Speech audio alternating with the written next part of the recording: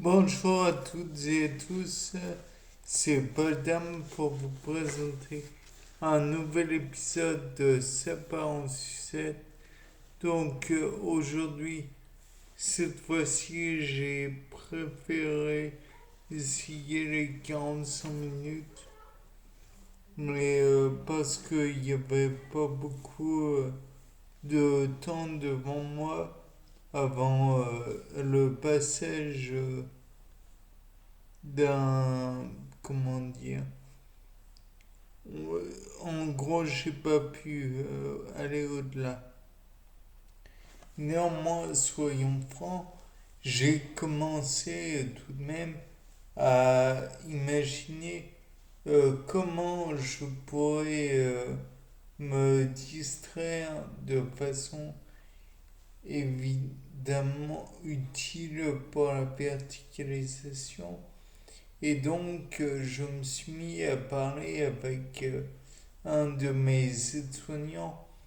Bon, naturellement, je le faisais auparavant, mais là, dans le cas présent, ça m'a permis de passer un peu le temps pour finalement que ça paraisse moins pénible tout ce temps debout.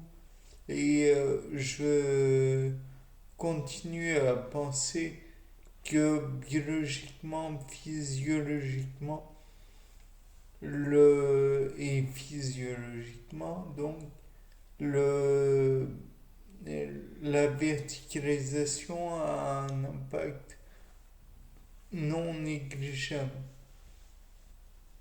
Après tout, si la verticalisation était impossible, l'homme serait à quatre pattes.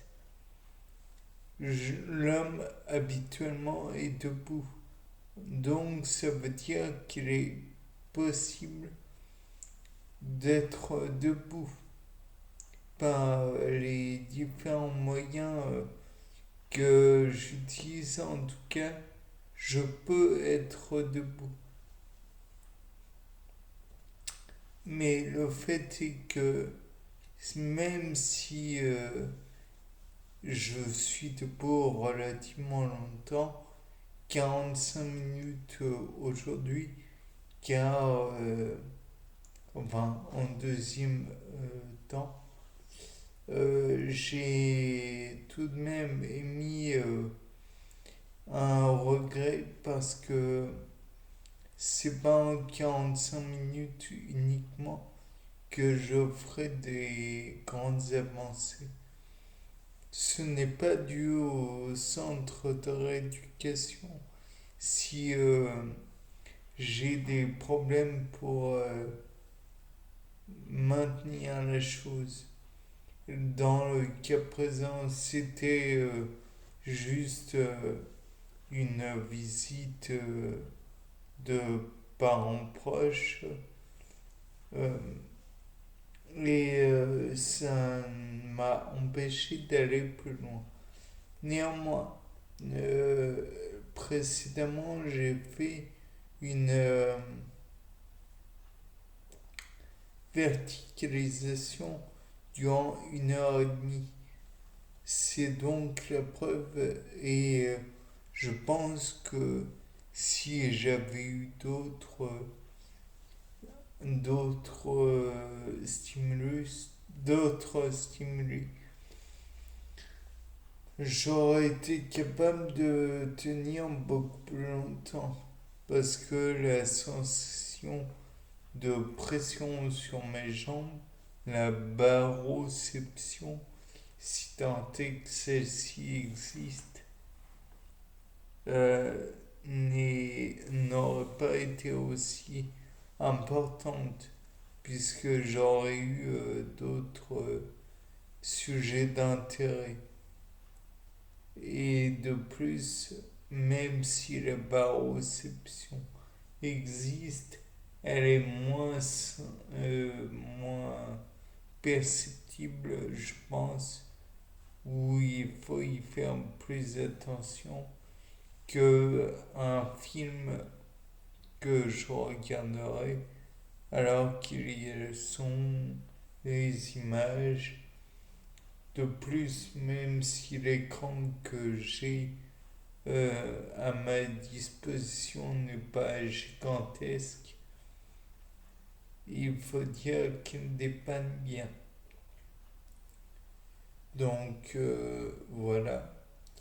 Je tiens à dire que si il y a une chose par contre qui n'a pas été trop envisagée, c'est peut-être la luminosité. La couleur a sûrement été envisagée. La perception du mouvement est envisagée aussi.